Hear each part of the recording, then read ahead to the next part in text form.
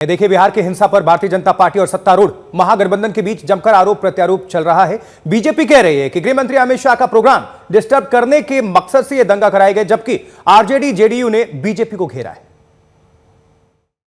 ये महागठबंधन सरकार की सुनियोजित साजिश है। गृह मंत्री जी का जाना उस क्षेत्र में इनको पच नहीं रहा है। प्रशासनिक लापरवाही, गैर जिम्मेदारी के कारण समाज में अराजकता का वातावरण बन रहा है।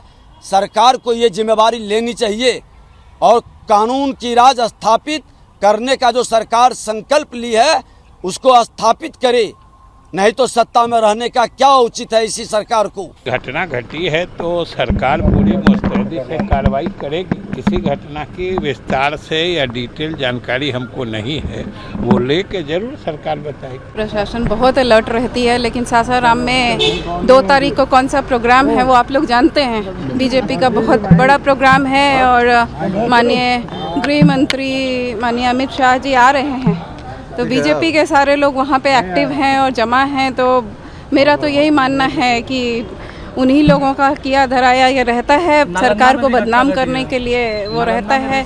नालंदा की जानकारी मुझे नहीं है, लेकिन सासाराम की जानकारी मुझे अभी है, इसलिए मैं उसके बारे में बता रही हूँ। और ये होता रहा है, बीजेपी तो उकसाती है, सांप्रदायिक दंगे करवाना तो उनका काम ही है। ये भयभीत हैं कि अमित शाह जी बिहार में आ रहे हैं, लगातार उनका दौरा हो रहा है और जब भी वो आते हैं बिहार की जनता को, देश की जनता को ये बताने में अमित शाह जी सफल हो जाते हैं कि भारत सरकार ने देश के हित में, राज्य के हित में कौन कौन सा काम किया है। इन्होंने तो कुछ किया नहीं है। तो ये डरे हुए, सहमे हुए जो लोग हैं, ये अमित शाह जी के कार्यक्रम को बाधित करने के लिए इस प्रकार का घिनौना खेल खेलने का काम किया है। बिहार में जो कुछ सहसराम में हुआ है और पिछले दिनों में जितने मॉब लिंचिंग्स हुए हैं, उससे साफ या स्पष्ट होता है कि लॉ एंड ऑर्डर के मामले में बिहार सरकार फेल है। ये जो कहा जाता है रूल ऑफ लॉ, तो ये कहाँ शब्द है? या आसमानी शब्द है या धरती पर उतरना भी चाहिए? क्यों हुई ऐसी घटना? कौन है इसके जिम्मेदार? लोग पर्व त्योहार मनाएं, अच्छी बात है, लेकिन ये इस तरह का जो वातावरण पैदा हो रहा है, सरकार इस पर अगर काबू नहीं पा रही है तो मैं समझता हूँ कि सरकार का फेल्योर है। जो भी घटना है वो दुखद है, निंदनीय है। जितनी भी निंदा की जाए वह थोड़ी होगी। प्रशासन और सरकार लगी हुई है कि जिन लोगों ने घटना को अंजाम दिया है वो बचे नहीं और निर्दोष फंसे नहीं, इसकी पूरी कोशिश की जा रही है। बिहार अमन की धरती है, बिहार शांति की धरती है, बिहार में प्रेम और भाईचारा की धरती है और यहाँ पर इस तरह के काम करने वाले, इस तरह के कृत्य करने वाले को किसी भी कीमत पर बख्शा नहीं जाता है। तो पक्ष विपक्ष एक दूसरे पर आरोप लगाता हुआ जनता को भी समझना चाहिए, उन्हीं को इस पर सबसे ज्यादा फर्क पड़ता है, राजनीतिक पार्टियों पर और उनके नेताओं पर नहीं, क्योंकि वो आएंगे, कड़ी निंदा करेंगे, चले जाएंगे। ये तस्वीरें देखिए जरा, ये पलायन की तस्वीरें हैं। हिंसा के डर से घर छोड़कर जाने पर मजबूर हुए लोग हैं। सासाराम की ये तस्वीरें हैं, इसके पहले भी और आपको तस्वीरें हमने दिखाई थी। उन्होंने कहा कि हम घर छोड़कर जा रहे हैं। ये तस्वीरें देखिए जरा।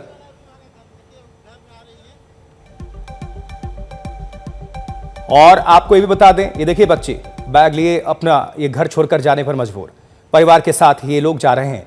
इनका ये भी आरोप है कि प्रशासन का अमला वहीं मौजूद था, लेकिन उन्होंने कहा कि जान बचाकर भागो, घर आ जाएंगे फिर से। लेकिन किस तरह से ये तस्वीरें गवाही दे रहे हैं, सब तोड़ फोड़ किया गया है, ये देख लीजिए जरा। बिजली का मीटर भी बाहर फेंका हुआ है, घर पर ताला जड़ा हुआ है। तो हिंसा के डर से पलायन को मजबूर हैं फिलहाल लोग। सासाराम की ये तस्वीरें बिहार की तस्वीरें हैं।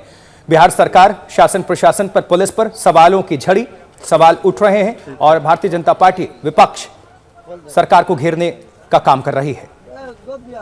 लेकिन आरोप प्रत्यारोप एक दूसरे के खिलाफ, लेकिन सच्चाई है कि घर छोड़कर जाने पर मजबूर हो गए लोग। किस तरह से ये देखिए तस्वीरें अंदर के, ये घर के हालात क्या हैं। सारा सामान जो है वो जलकर राख हो गया है। सबसे ज्यादा आम जनता ही पिसती है। चेक देखिए रोते हुए लोग, बिलखते हुए सब लूट के ले गया, सब जला दिया, सब हमने पर कुछ भी नहीं बचा। मजदूर आदमी सब जला दिया, सब लूट के ले गया। सब 50 का पुलिस यहाँ खड़ा हुआ ना, सब सारा। उसके बाद में कोई सभी मतलब घर का हिफाजत नहीं किया। सब 50 पुलिस खड़ा होकर मतलब कि सारा हमारा घर लुटवा दिया। सब सारा पुलिस मतलब कोई सब मतलब कि लूटने वाले तरफ से मतलब कि कह रहा था, सब लूट के ले गया। सब हमारा सर सब टोटल सब सारा चीज लूट के ले गया। सब सारा तहस-नहस कर दिया। मोहम्मद शहजाद कुरैशी पड़ेगा सर, सारा सामान हमारा लूट के ले गया। ठीक, अपना मजदूर यहाँ तक कि कुरान जला दिया सब। बहुत ही दुखद तस्वीरें हैं, आप समझ सकते हैं। ये संवेदना देखिए, एक बार फिर से आपको पूरी तस्वीरें दिखा रहे हैं, देखिए जरा। और इस घर के सामान पर, बिखरे हुए सामान पर नजर डालिए। ये कोई हीरे जवाहरात नहीं बिखरे हुए हैं, बल्कि ये वो लोग हैं जो मजदूरी करके अपना जीवन यापन करते हैं। ये कोई ईंट भट्टे पर काम करता है, कोई ईंट उठाता है, कोई घर निर्माण में लगा हुआ है। ये सब मजदूर हैं और जीवन यापन में क्या कुछ, ये घर के जो रोजमर्रा की जरूरतें हैं उससे जूझते हुए ये परिवार। लेकिन राजनीतिक पार्टियां, उनके नेता आते हैं, संवेदना प्रकट करते हैं, कड़ी निंदा करते हैं और चले जाते हैं। लेकिन भुगतना किसे पड़ता है? सिर्फ आम जनता को, गरीब और बेबस लाचार जनता को।